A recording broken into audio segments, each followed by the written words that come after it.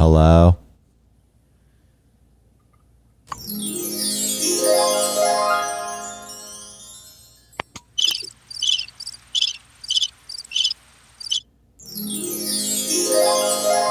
Hello?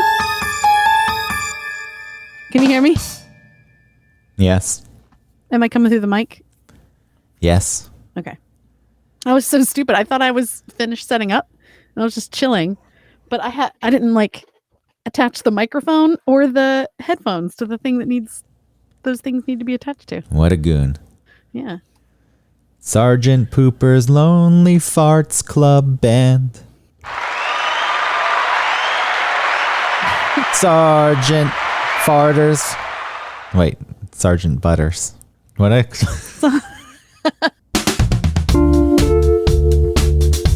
Welcome to One Topic, where we stick to one. That's how you're feeling, I know. You just want to phone in the show. No, I feel a little bit disappointed. What do you feel disappointed over?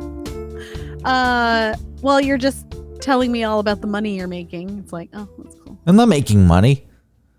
Why? How am I supposed to know this was going to make you feel bad, by the way? I didn't know either. Yeah, so you can't hold me responsible. All right, cool. It's like I'm hungry and you're like, oh, I just had the biggest meal. Yeah, but it wasn't like I knew you were starving and I decided to rub it in by talking about the prime rib and the au jus that I had. Dripping down your face. Yeah, talking about how I'm bathing in the gravy. Ooh. Would you like a sip? No, too bad. It's for my bathtub. Oh, I'm just so hungry. Poor peasant. Could I just smell it? Here's what you can do. Maybe if you're lucky, after I wash my filthy ass in it, I'll let you drip your scrap sourdough into it. I think that's a fetish. What? Someone's excited. That sounds fetishy to me. I don't. Is it a fetish? What is? Bathing in gravy or drinking the gravy that someone has bathed in? Well, maybe not gravy per se, but something to do with the washing of someone else and then using something that they washed themselves with. You know what I'm saying? Like that whole thing. Drinking one's bathwater or something.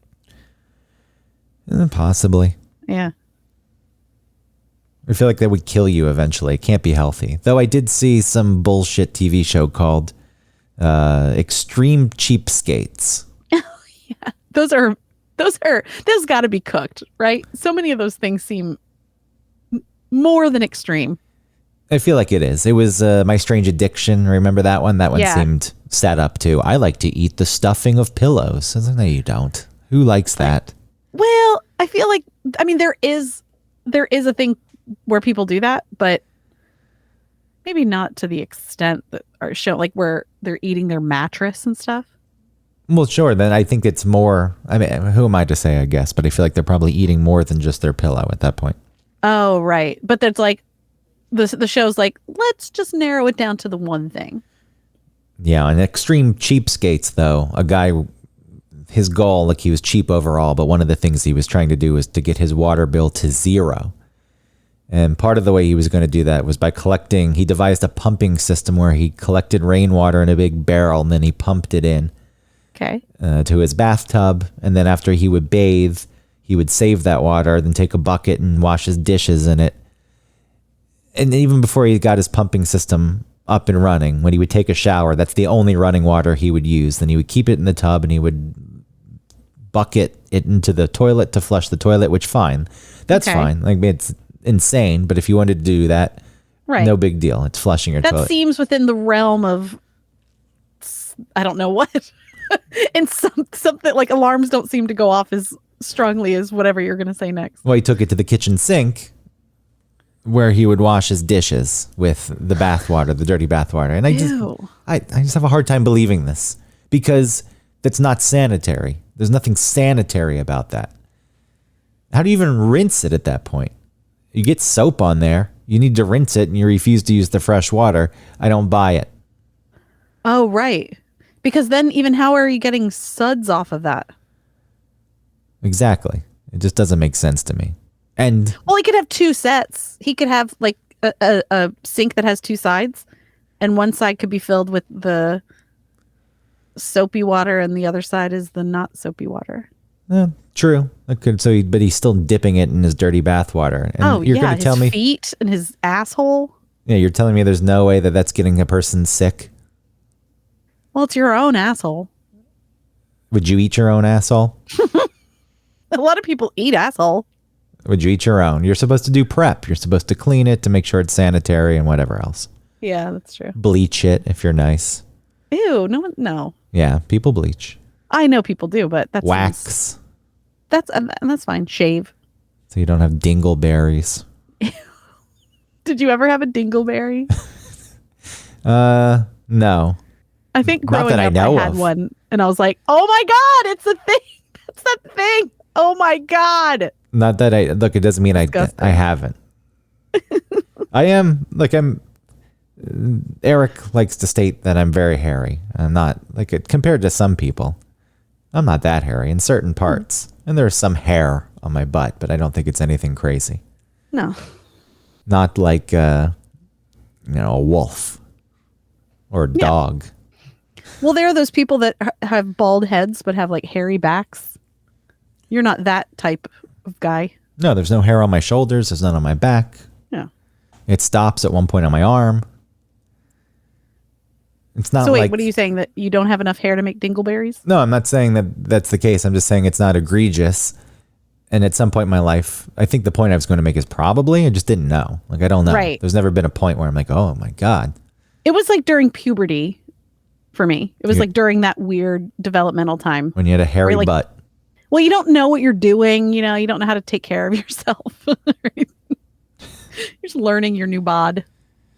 Yeah. I mean, you've already established in the past that you have strange wiping habits. So who knows? Do I? Yeah, I thought so. It was washing, I guess. I do wipe. I don't do front to back. What are you supposed to do? Just to go front to back. Front to back. Okay, I don't do that. Nice. I just reach in the front and I wipe forward and I don't smear it onto my fucking vagina. It's not that hard to do. All right, that's the end of this conversation. I don't really want to talk about this anymore. I would just like for other people to admit that. And that it's not difficult to not wipe shit from your asshole into where it's not where it shouldn't be. Well, people do this thing. I really want to move off of this, but I'm going to say that people sit and they wipe. I don't sit. I end up standing up. Oh, you stand? Yeah, it's easier. No, it's not easier because your butt cheeks close when you stand up. No, it's not. It's much easier, I feel. Because then you have to lift a leg and lean to a side. It doesn't. Well, that makes sense for a dude because your balls and dick are in the way. I got nothing there I just reach through. Yeah, I end up standing.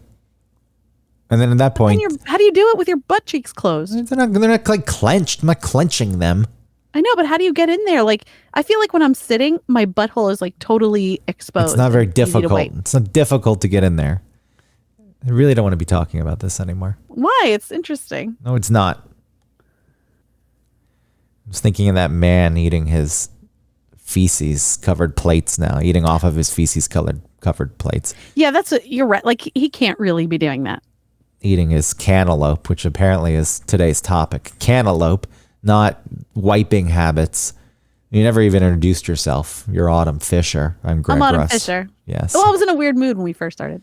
Oh, yeah, because I was talking about my money. I was rubbing it in your face. I'm still invested in AMC, and all I ended up saying was on the radio show the other day, I referenced Ken Griffin, the CEO of Citadel Financial Services or whatever the fuck it is. Mm-hmm. And there's a rumor online that he loves mayonnaise. Because the story is that he was at a dinner with some people and he had a big bowl of mayonnaise in front of him for dipping. And someone said, "Can I get some mayo?" And he said, "No." He was very protective of his mayonnaise. I like how you say mayonnaise. Mayonnaise. You say it like mayonnaise. Yeah, I guess I don't put the mayonnaise in there. Yeah, it's interesting. Go ahead. But that's the story. It's probably not true. I think it's funny. I referenced it on the air the other day. Somebody else who's invested knows that story. Some other ape.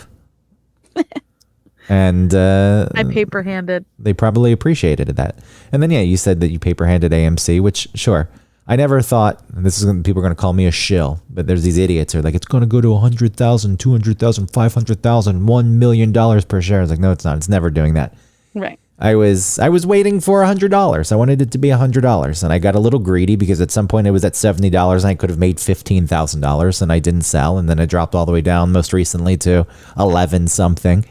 Yeah. And then the announcement of the ape dividend preferred stock is coming out, and it's a 1-to-1 match, and now people are excited again. There's interest, and it's back up to like $24. My average overall is $16.91, so I'm in the green, and I should sell my 336 shares, but I don't. I'm greedy still. I didn't learn my lesson. Well, so I don't really even understand what's going to happen. They're coming out. The CEO of AMC announced that they're going to issue APE shares, which I forget what it stands for. AMC preferred something. I could look it up. I wish I had equity. Well, it doesn't matter. It's but equity. APE shares. So it's a preferred so for equity. the people that are still bought in. Yeah, so it's 1-to-1. So for however many shares you have, you get one of these APE shares. I have 336 shares. I'll get 336 APE shares. It's in essence a new ticker symbol, not AMC, because the voters of AMC said that the company wasn't allowed to issue new shares, because if you issue new shares, it dilutes the stock. Your shares are worth less overall because there's more of them out there, and then the hedge funds could have bought those up and used it against the company. The whole idea was that you would buy up, like the retail investors would buy up all the shares of stock. That way there was nothing for the short sellers to even use. But then because short sellers, there's this idea that do you even remember short selling? I know we talked about it once. Yeah, a little bit. If you're short selling against the stock, you you borrow it quite often. You borrow a stock from an owner, sometimes a bank, and say it's selling for $20. You sell it for $20 with the intent in your mind that the share is going to drop. So you sell it for $20, you keep the $20, the share falls to $15, then you buy it from the person you borrowed it from for $15 and you made $5 off of it. Because at that point, you buy it and you give it to the person you sold it to. What a weird game. Yeah, and so there's this idea that they're short selling shares that don't exist. So instead of borrowing a share, they just sell a share. They're like, I'm selling it to you for $20. And then they don't cover their cost when it goes up. So they never buy the share because it went up. And so the person has it in their account, but there's no actual real share there because you don't get pieces of paper anymore. It's just numbers on a computer. So the idea is that there's a lot of fake shares out there, more than have been issued, which I forget the number, 500 million or something. And now that everyone has to get this 1-to-1 dividend, it's going to prove, because if it's going to shake out who actually owns shares and who doesn't. Yeah, that's the idea. Okay. And so people are getting excited. Whatever. I just I should sell and make some money. Make my, what did I say, $2,300? I should make that. Could have made 15,000, but I didn't do it because I'm greedy. Well, I only had 9 shares. That's all I could afford. Well, you should have held on to those. You could have, for $1 million a share, you would have been rich. Yeah, it's not going to get there. Shut up, shill. The DD says so. Yeah, it would just destroy the world economy. Yeah, of course. That's the point. Right. Nobody, you couldn't. There's no way. Think about covering 500 million shares at $500,000 a piece. Just the valuation of that is absurd. But, people still buy it and whatever. I think at its most basic, the idea is the same. Like, yeah, you're forcing the price up. Because these short sellers, and we'll move off of this because I know it's boring for the most part. But the idea is the short sellers don't buy those shares. And that's what we're talking about, these naked shorts. But at some point, when the companies they borrowed against, these people come and say, hey, we want our money now. You never. Mm-hmm. And so at that point, they're forced to buy the shares, and the shares are at a high cost because everyone's holding on to them. So it's like, oh, fuck, I have to buy these now. And they're $500,000 a piece, and I have no say. And that's the idea. Good luck. What'd you sell yours for? Did you lose money? I don't think I did lose money. All right, I good. don't know what I made, but I just put it in Amazon. Have you made money? Yeah, All right, good. pretty steadily. Good. Then you Yeah, shouldn't it's feel been so bad. I didn't mean to rub that in anyway. You didn't. I listen. I didn't know that I would react that way. I just did. I didn't really put you in a Like, bad man. mood. I go back and listen to the opening of the show.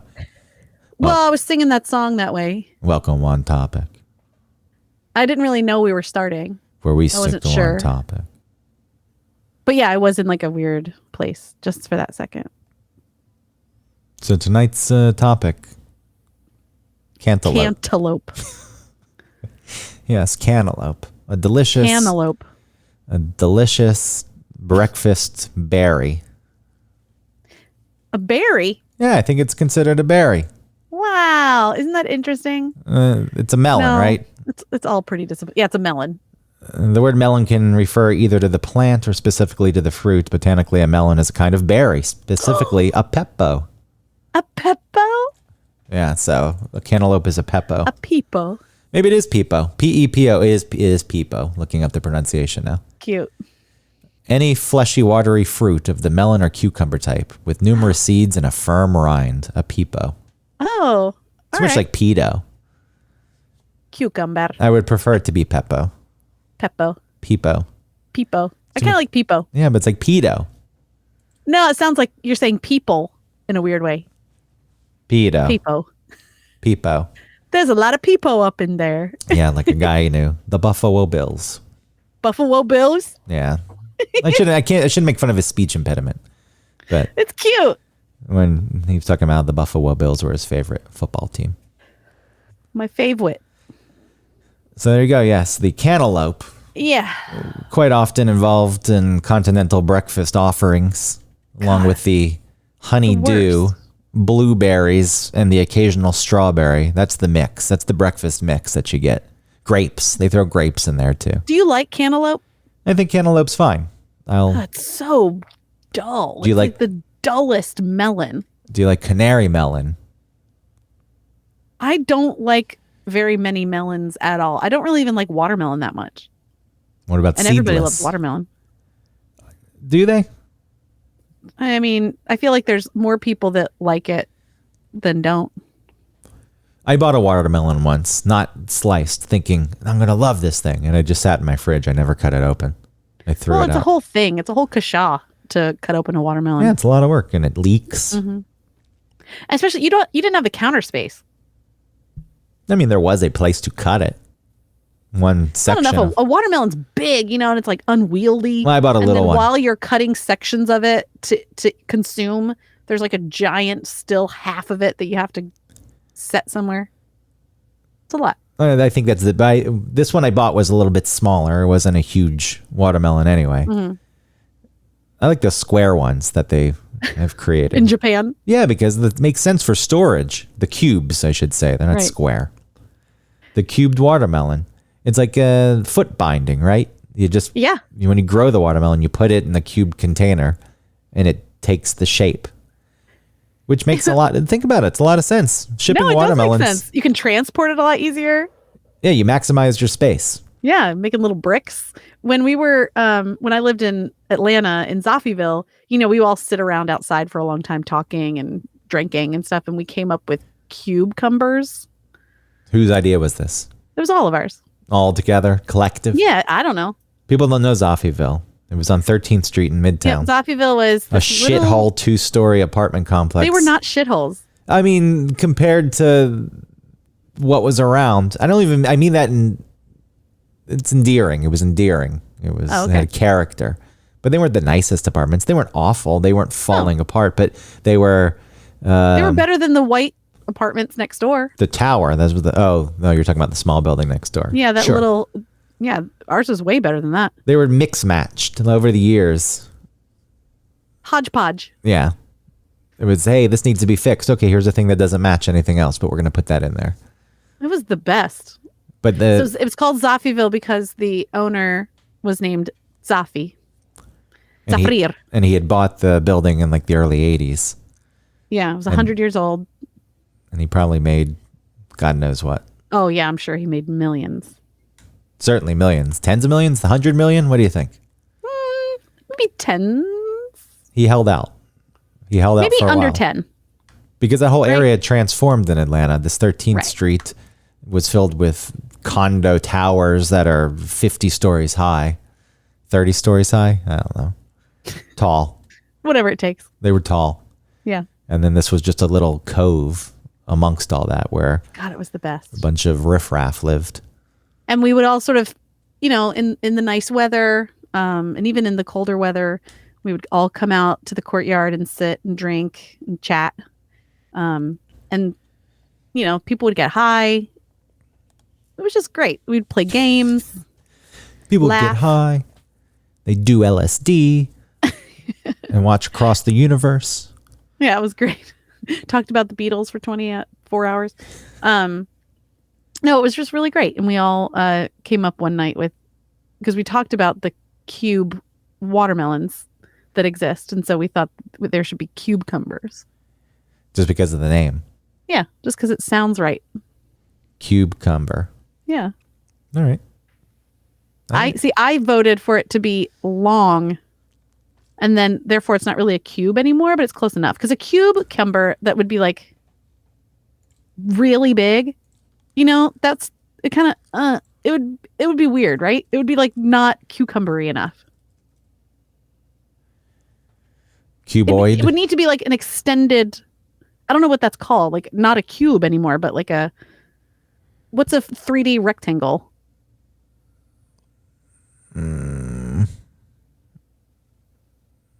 I don't know. Yeah, I don't know either. Anyway. When is a rectangular cuboid called? Cuboid. Cuboid is an all-encompassing term. I like it. Hyperrectangle and orthotope, also called a hyperrectangle orthotope. or a box, is a generalization of a rectangle to higher dimensions. There you go. Orthotope, hyperrectangle. Okay, we're getting off topic. The point is, Were we ever on topic?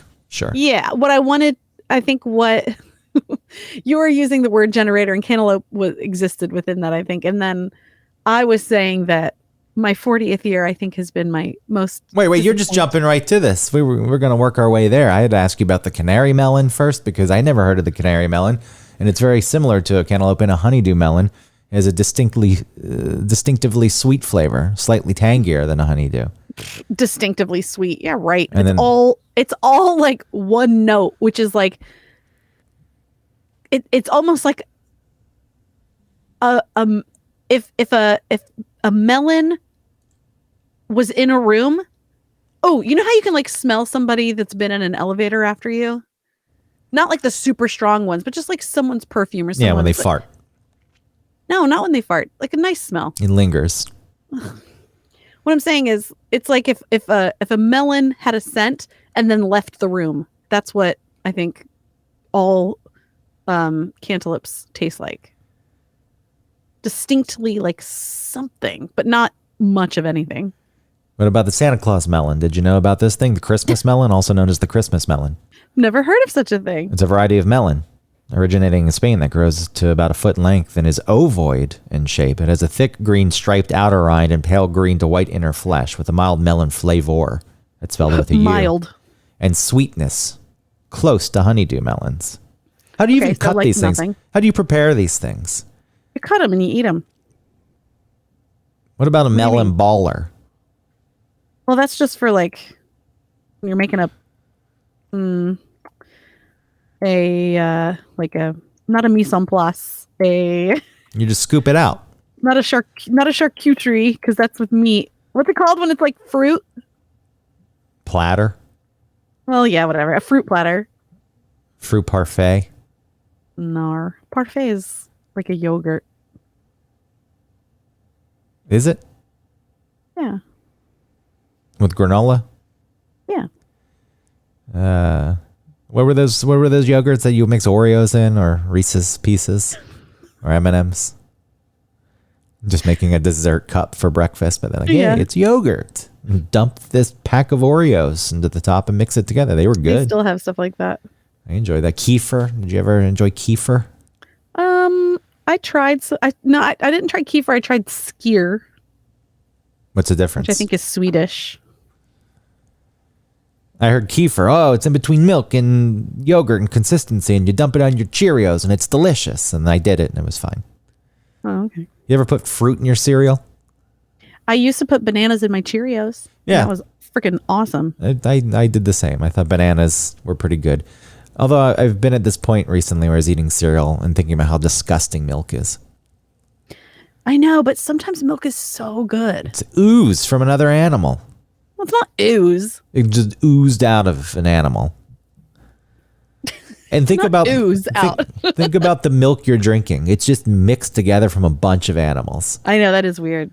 It's like this is the ooze from God knows how many, 600. Yeah, like 180 cows. Yeah. But whatever, it's all the same milk. The DNA is all mixed together.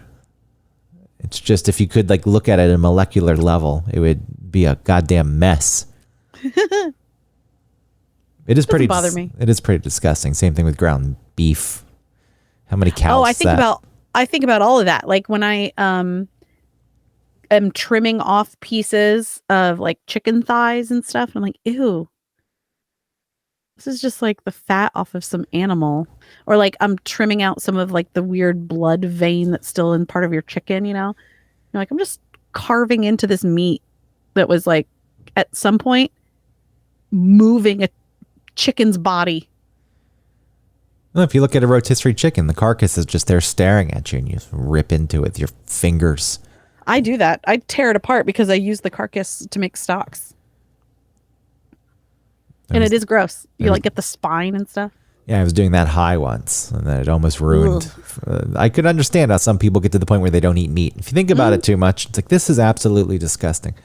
Yeah. And the same thing, like I said, with milk. It is kind of gross. But then I finished my Frosted Flakes, which, you know, Trader Joe's has Frosted Flakes called Frosted Flakes. I don't know why that one's not trademarked, why they're allowed to use the name.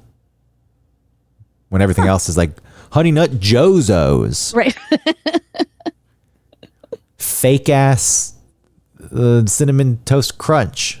Yeah, I think they're called cinnamon squares or something. That one's weird. It feels like the taste is separate from the square itself. It's like it doesn't have the same flavor. I know that. I actually prefer the Aldi brand of Cinnamon Toast Crunch. I went and bought the real thing once. I was like, ew, it's just not as good. The square itself was more puffed than the Aldi brand. Yeah. And it wasn't as good. It was like too mushy. The original. No, it was too mushy. No, the fake ones are more puffed. No, the fake ones are not as puffed. The fake ones are definitely more puffed. I haven't had the Aldi brand. I can't speak to the other brand. Maybe with your fancy ass rich Trader Joe's. Oh yeah, the Trader Joe's is for rich people? Give me a break. Yeah. Give me an effing break. For me. You know what cereal costs these days? It's like $8, $9. At Trader Joe's is still $2.50, $3. Tell me about rich. I go to Aldi, so I don't know what things really cost. There's something wrong. When I say that the flavor is separate, I mean it. It's like you put it in a bowl, add milk, and when you eat it, it sounds like it tastes like the flavor is in the milk and not on the cinnamon square itself. It's very strange. A phantom taste, I would call it. Phantom. Anyway, here's how you know that the Santa Claus melon is ripe. It'll have soft blossom ends that yield to gentle pressure and a vibrant yellow hue. And then you'll cut it open and you'll just be so disappointed. The melon was named in English as recognition of its long-keeping qualities, i.e. until Christmas. That's kind of fun. It's grown in California and Arizona. I've never heard of this thing. They grow it right here in this You know why? Because there's no point in cutting open a melon. All right, we'll get to it. Them. We'll get to it. There's nothing more disappointing when you're at a hotel, you wake up in the morning, you think you're going to be treated to a breakfast. You find out that it's not one of the breakfasts that has the waffle maker. Right. And the batter that's sitting there that's spilled all over the place. And then they've got the tray of eggs and the really soft bacon. Yeah, it's never crisp enough. Which I like. I don't like crispy bacon. It's chewy bacon. Mm-hmm. So you wake up. It's greasy and weird. I like it. You wake up and you think, oh, I can't wait to have this. And you know what you get instead?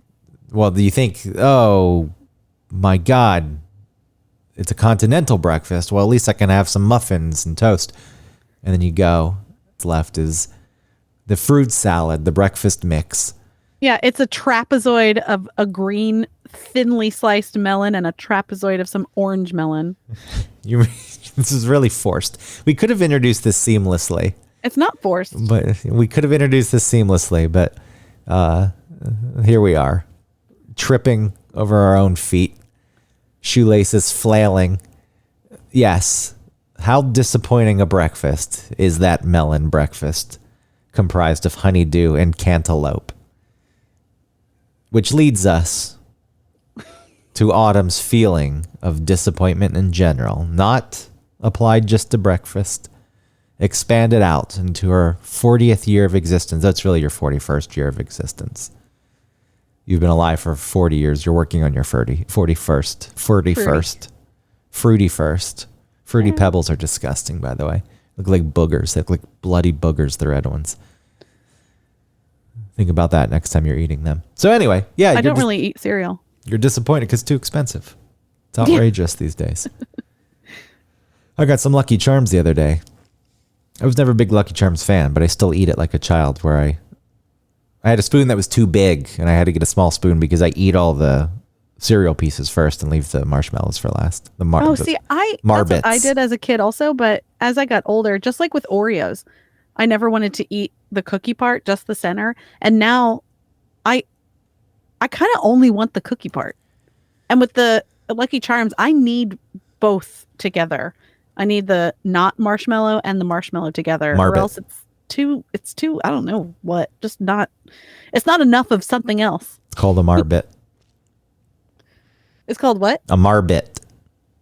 Oh, the marshmallow part? No. The marshmallows are called marbits. Oh. Why are they called that? Because they're not actually marshmallows. There's something a little different. Oh, marbits. Yeah. I get it. But I think it's because why can they call cookie dough an ice cream cookie dough when you can't bake it? Why do they call ice cream cookie dough and you can't bake it, huh? Yeah. What do you mean? It's just like they can't call the marshmallow. You can't call the marshmallow pieces in Lucky Charms marshmallows. You have to call them marbits because they're not true marshmallows. There's not a law. It's not like ice cream. It's just a distinction. Oh, okay. There's no board that I know of. Board? Yeah, regulating marshmallow. How dare you? I think it's because these are like dried. Oh yeah, they're like freeze dried almost. Yeah. They're like astronaut ice cream. Close. Yes, very close. So anyway, going back to what we were saying. I don't feel like this is forced at all. I am disappointed in a lot of things. Similar to Cantaloupe. Your life is Cantaloupe currently. Yeah, I felt like this was a really good way to broach that because I did too, but I thought we could have presented it in a way that's like, oh wow, that just kind of happened organically, even though it was planned. But earlier on, like 20 minutes ago, you're like, yeah, so my life is disappointing, just like Cantaloupes. It's like, okay, here we go. Don't shut down. I'm not rich. I'm selling my shares. I'll wait till they're not worth anything and I'll lose money. Don't do that. Well, it'll make you feel better. I don't want you shutting down at this part because I want to know why. It has nothing to do with the money part. I want to know what's going on. Why your life is the cantaloupe of existence. You're not excited. I feel like you turned 40 and this isn't a new page. Well, I guess it's a new chapter. It is a new page. But it's not a good chapter. No, it's fine. It's a fine chapter. It is. This chapter is what this chapter is. It's okay. I am disappointed with a lot. I'm finding myself more and more disappointed with different things. People, humanity. Yeah. Welcome. Yeah. And I think that previously I wasn't really dealing with people or humanity or whatever. You had a very small. Well, sorry. You go ahead. I don't want to interrupt your thought. I wasn't really dealing with all those things in a real way, maybe because it was difficult to feel disappointed in those things. So, yeah, this year I just keep getting more and more disappointed, and I don't want to say that that means that it's a bad year. It's actually, I'm kind of like feeling the best that you've ever felt, ever. Not that I've ever felt. Better than 8 years old. Better than, I just, I really feel more like myself. Good or bad, you know, all those things. So it's been good. It's been a good couple of years, actually. I was going to say that before you had a tendency to just live in a very small world. The circle drawn around you was very small. Anything that you interacted with, that kind of was your world. Things outside of that you didn't think about or care about too much. And then, well, I would think about, but I don't think that was the reaction. Not so bad. I think there were things that I thought about outside of me. I don't think that I was able to really face some of the hard truths about people's lives. And, you know, on a bigger scale, that's what I had trouble with. But, and then, you know, extrapolate that down, but I guess divide that. No, multiply, whatever. Bring it back down to a smaller scale. I wasn't really able to deal on a smaller scale with disappointing truths.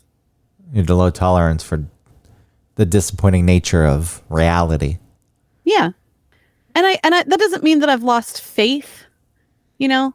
I think there's still a lot of good, but man, there's just a lot of fucking, yeah, of course, a lot of people doing stuff that is disappointing to me. Of course, across the board. That's the personally, and just as you're saying, like humanity. It's like, ew, what the fuck? You realize that humanity has the capacity for doing good, and when people say, "Well, that's built in. That's what we are as creatures. This is the way it goes," bullshit. I'm not saying that doesn't exist. These kind of things, and we're talking very generalized here, but these kind of things, there are things that are built in. There are ways we're predisposed to being affected and influenced by. But the idea of being smart, having brains, being able to realize that means you recognize it and you make a decision not to be like that, or you find a way to lower the impact of those things. But people don't. And I think that's what's disappointing, because you recognize the capacity for more. It's there. Sometimes it pops out. And then in reality, it's all boiled down to the lowest common denominator. I'm an idiot. I'm acting on impulse. I'm not taking responsibility. I'm not self-aware, or I am. I claim to be self-aware, but I'm not doing the things that need to be done that come along. There's a responsibility, I think, that comes along with being self-aware and altering behavior.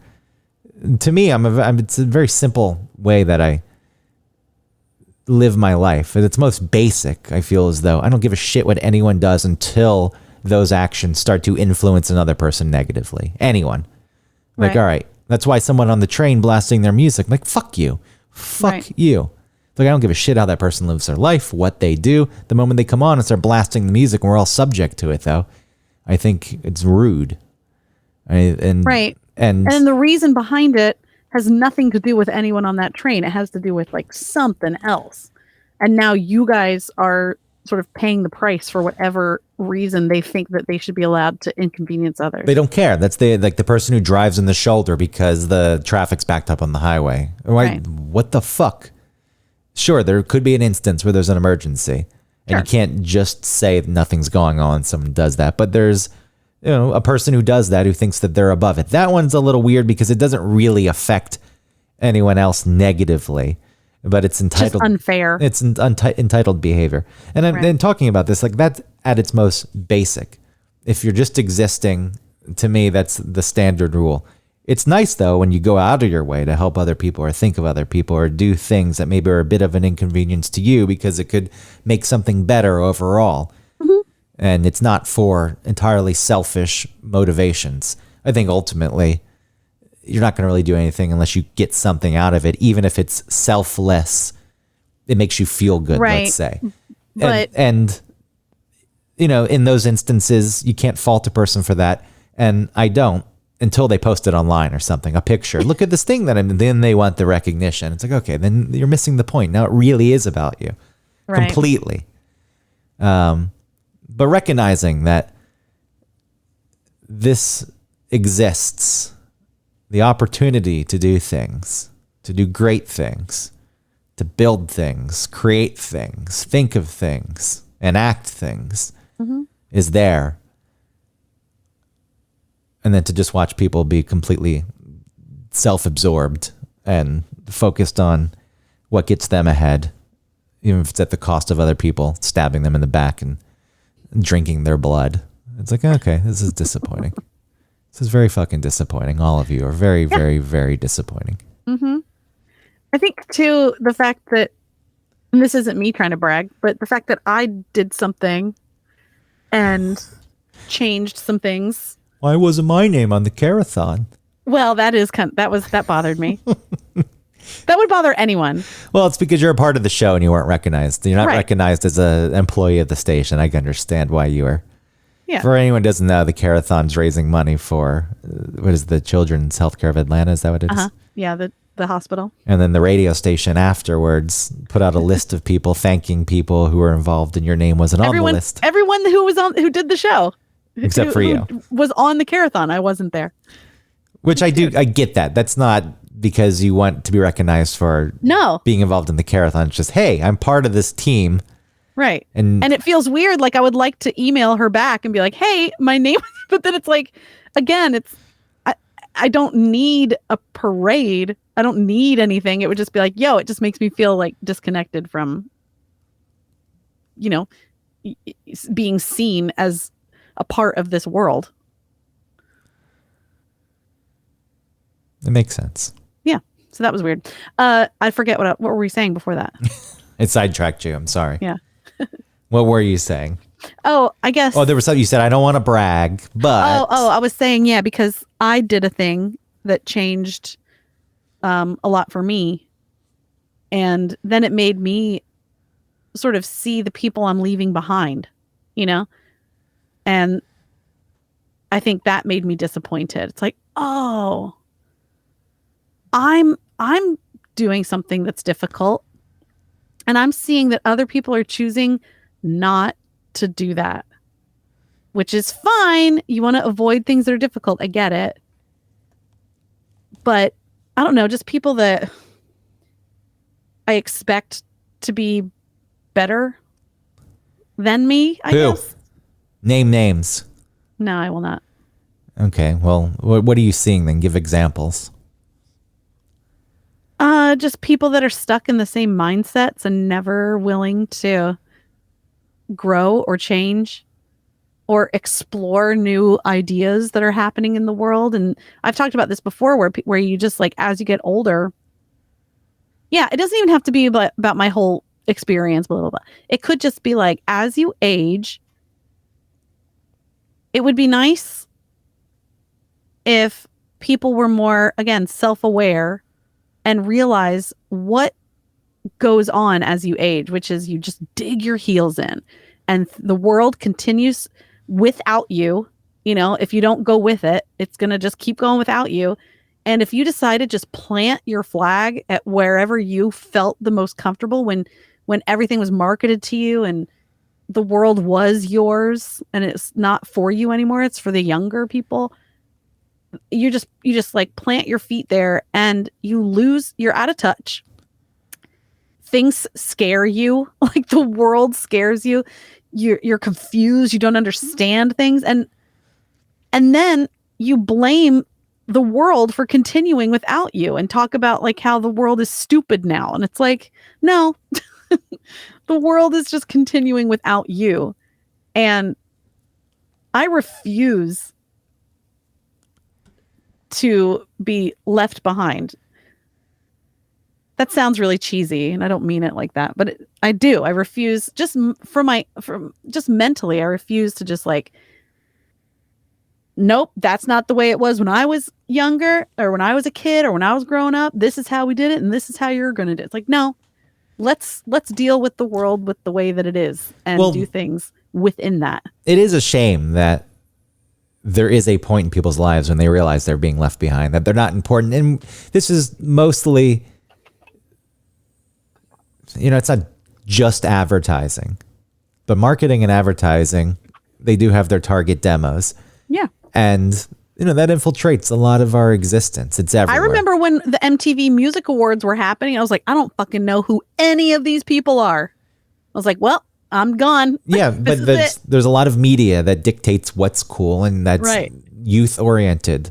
And there's a point where you're kind of discarded. It's like, we don't need, which doesn't really make sense to me, because people who are older tend to have money. Maybe there is this idea that they're not as easily influenced. So it's like, whatever, they are stuck in their ways. They're not going to do this. I do feel as though that I can understand the difficulty. It's like, hey, what did I do? I was just living. Now suddenly, you probably feel rejected. Yeah, suddenly I'm not worthy anymore.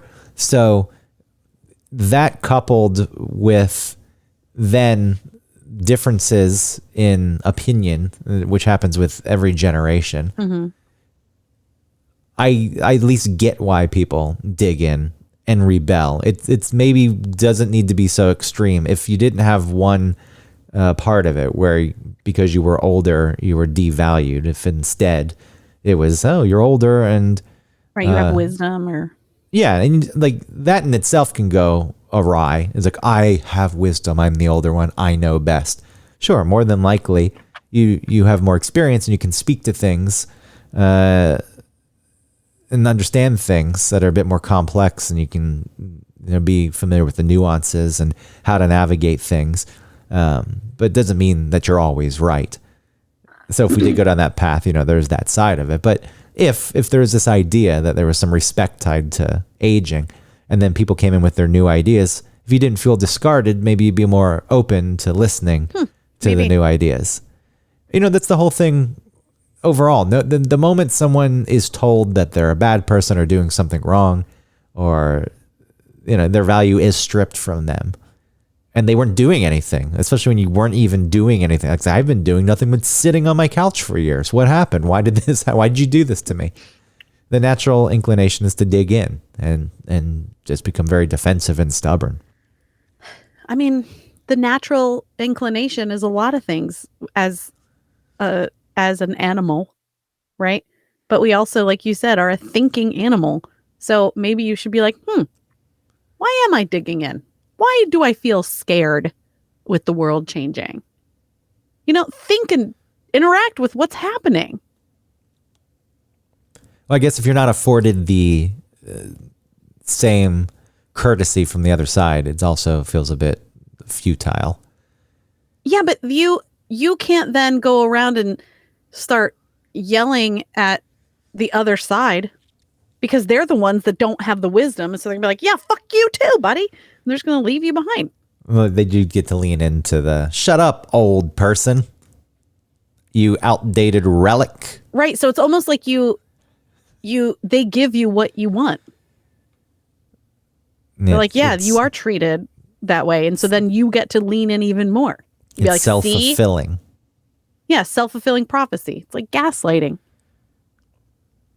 So no, people don't want to be dismissed, though, in general. Yeah, but you aren't dismissed if you continue to live in the world that exists. Well, when the world, part of it all. When the world you knew and appreciated, and things from your world that do have value, are outright shunned or thrown out, then it does make you feel as though, hey, these things, I don't want to say unimportant. Maybe it is unimportant. You feel unimportant, unneeded, devalued. Yeah, it is a tough spot to be in. I agree with you. I agree. I'm not saying that. No, I know what you're saying. But that's part of it too. It's like, well, you do hold less value, and that maybe is part of it also. Why is it so important to hold so much value in your thoughts and feelings? You could just have those and be fine.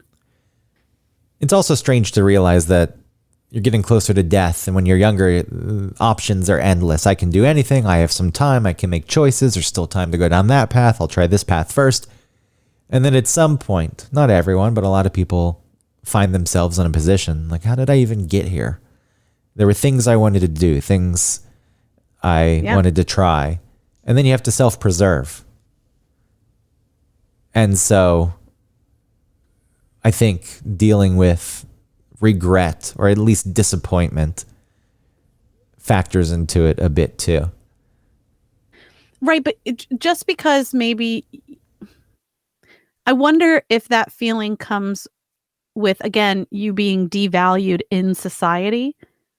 Whereas if you didn't feel that way, maybe you would feel like, hey, I've got plenty of time to do it. Just because I'm old, it doesn't mean I can't do this or that.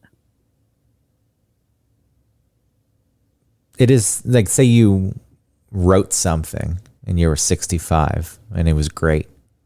It'd still probably be hard to get that published and marketed and to get anyone on board. And that is shitty. Oh, I don't see why. Just because the person's older? Yeah. And writing may be not the best example because I feel like with writing, you probably could get away. Sia was older. She was a songwriter. She wanted to hey, I want to write these songs and perform them and make the money that way. And so she did that for a while. She covered up her face. She looked cool, but she covered up her face because she was older and she doesn't want people to see her. How old is she? I don't remember. She's probably not older. She might be 40 something. But you can't start, it's difficult to start a pop career when you're 40 something. It is hard to do.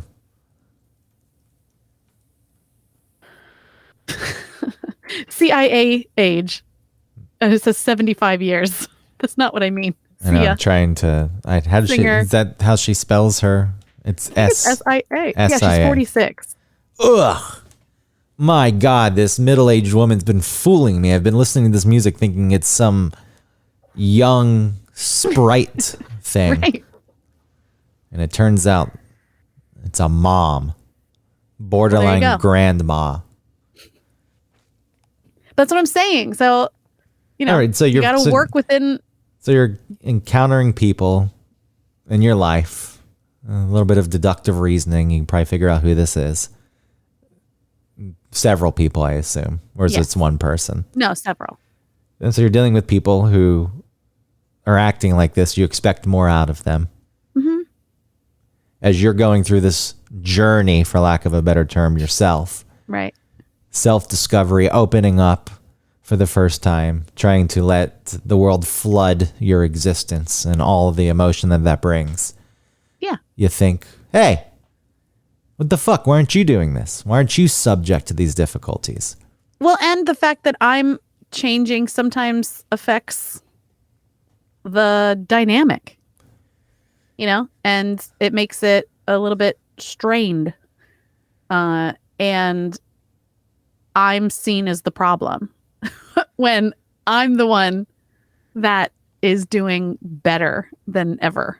Well, don't give, there's going to be people who dismiss it, because when you're doing something like this, if people aren't, it probably makes them feel bad because they aren't doing this. And then it's easy to dismiss it and say that you're an idiot. What a loser. You should have figured this out before. Why are you doing this at this point in your life? You're always going to come across that. It also reframes things. Sure, sometimes relationships that worked when you were one way, one person, aren't going to fit in as well. They don't complement as well. Right. When you start making changes in your life. And then you have to decide. The people that I'm talking about, I wish that I'm disappointed that they're not more, I don't know, that they're not more accepting or understanding or even aware that that's what's happening. Which is natural. I think you can't let it consume you. Oh, I don't. People are going to be who they are. Absolutely. And that's also part of it too. Me being disappointed in them is a small facet of our entire relationship. So that is what that is. And just because I am disappointed in them doesn't mean that everything else falls apart. I think for me, I'm learning how to work within that sort of the new framing, still being still trying to figure out. Sorry, let me think. Still not dipping back into the way I was just for convenience to make someone else feel more comfortable. Which was what? What was the way you were? Not having anything but pleasant and uplifting or happy thoughts and feelings at all times. Not at all times, but most times. So avoiding and denial. Yeah. Ignorance. On purpose. Self-imposed ignorance. There's a level of that. Yeah, it was situations are presented to you for something, and you could spin them in a way where it's like it was intellectualized instead of just felt. Like everything was put through my reasons why I should or should not feel certain ways, so that I would always the machine would always spit out don't worry about it, it's fine, And you live a very staccato life. I mean, it works for a while. It worked for a long time. It does work. But I was lost. But anyway. It can certainly work, but I think, you're not going to get... Some people are fine with that. Right. And seeing that in hindsight and seeing people that I respect and love, not growing. Yeah, it's disappointing. Some people are totally fine with that, and good, I guess. I mean, one of the things you have to be careful of is in your situation, and I don't think you don't do this. I'm not saying this, but sometimes people in a situation where they're trying to push themselves and grow or change or get something more out of life because the way they were living wasn't working for them, they become a bit preachy and judgmental, and they start to push it on other people, and that surely can be annoying. And the person's like, "Leave me alone. I want to live like this. I want to live in a compartmentalized life." And yeah, that's not my experience. Well, and some people because are I think even being like that is a way to avoid how you might really be feeling, or what you're encountering as far as your emotional state or how things make you feel. Because then you can just talk about it instead of just sitting and feeling and Yeah, people, yes, they'll spill everything and dump their thoughts and feelings on other people and say, "This is yours to deal with now." It's like, no, it's not. It shouldn't be. This is yours. Right. And like you said, that's not sitting there and working through it yourself, which ultimately is the point. And a lot of people are, logical beings.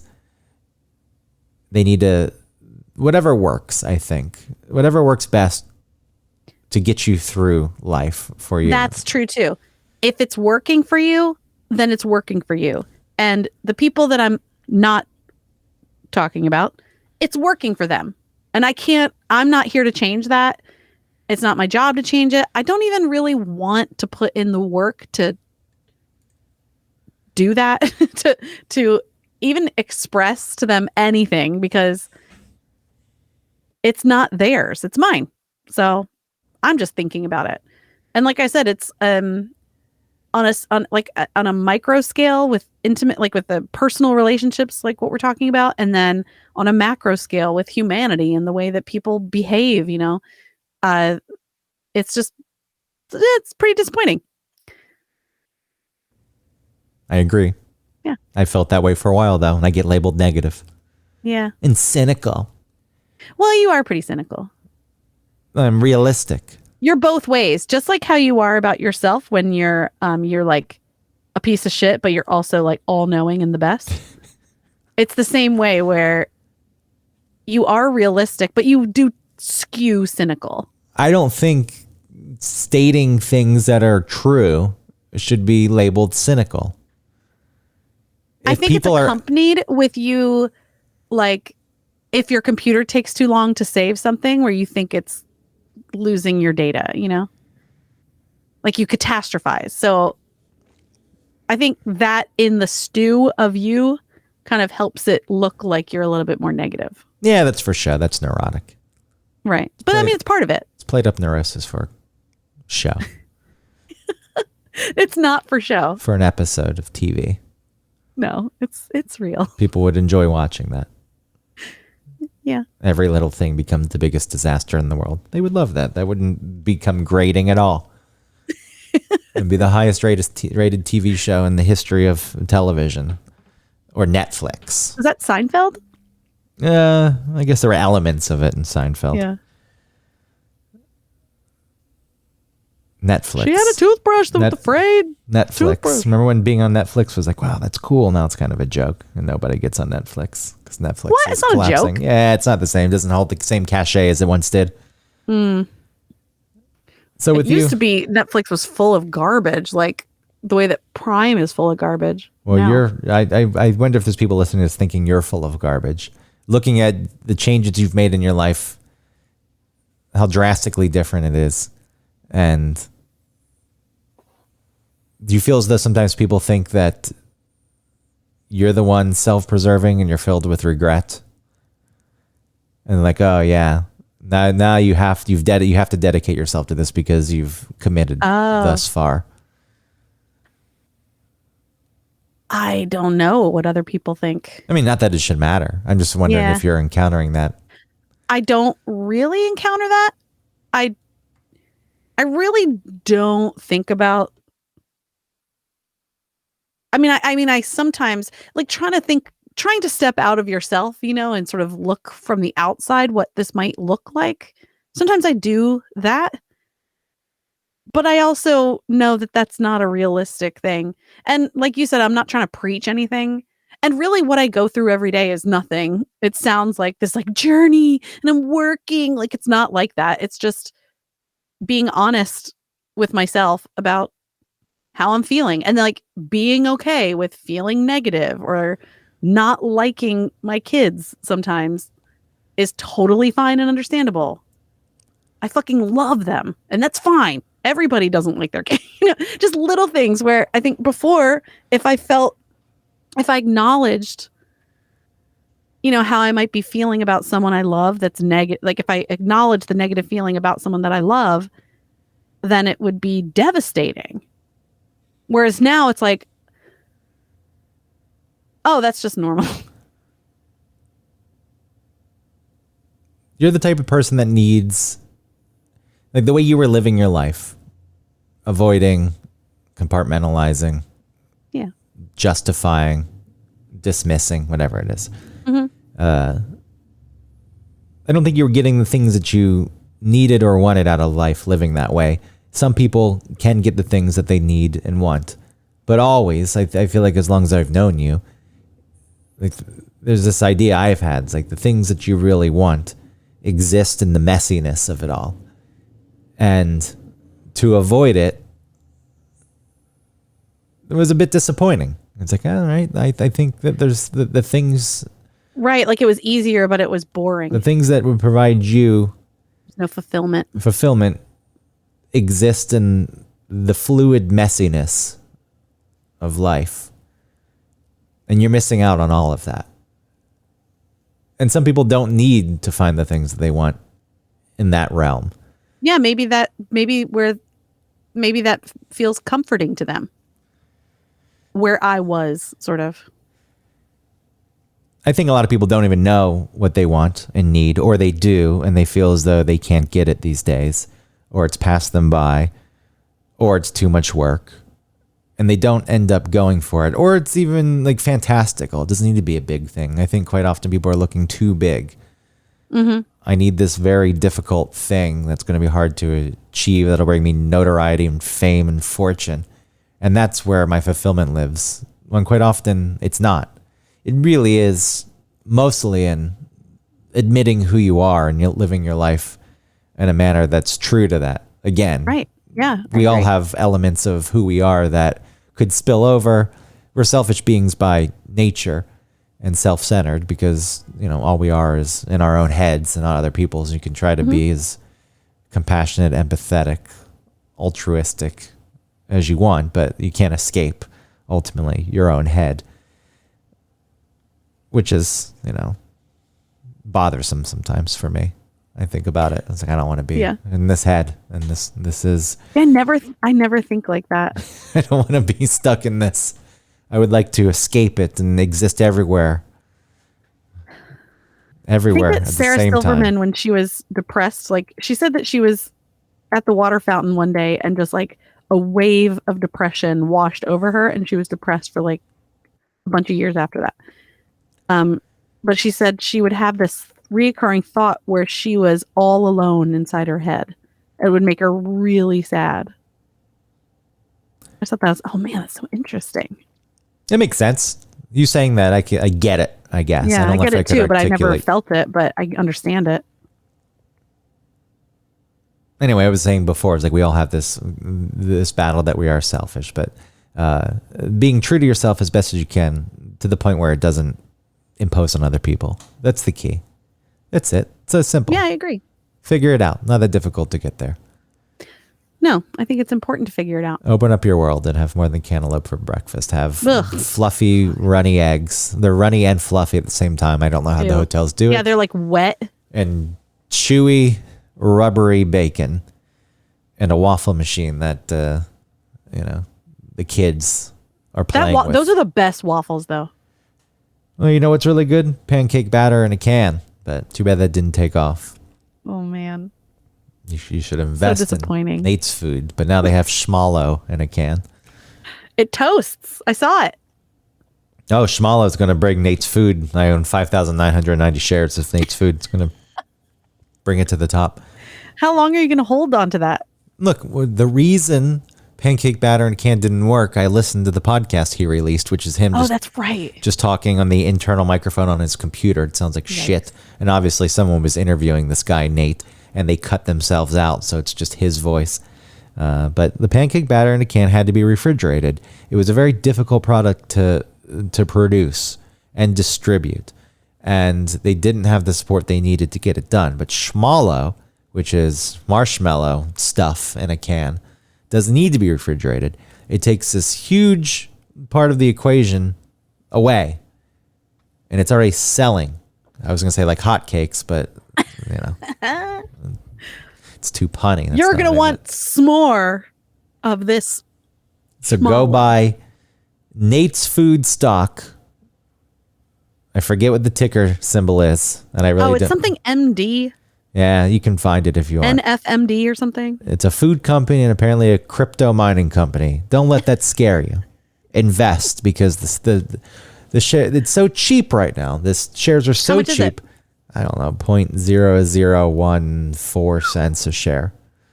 And you can buy a lot. And when this thing goes to $1 a share, because this product's going to be top notch, an investment of $100 is the return's going to be ungodly.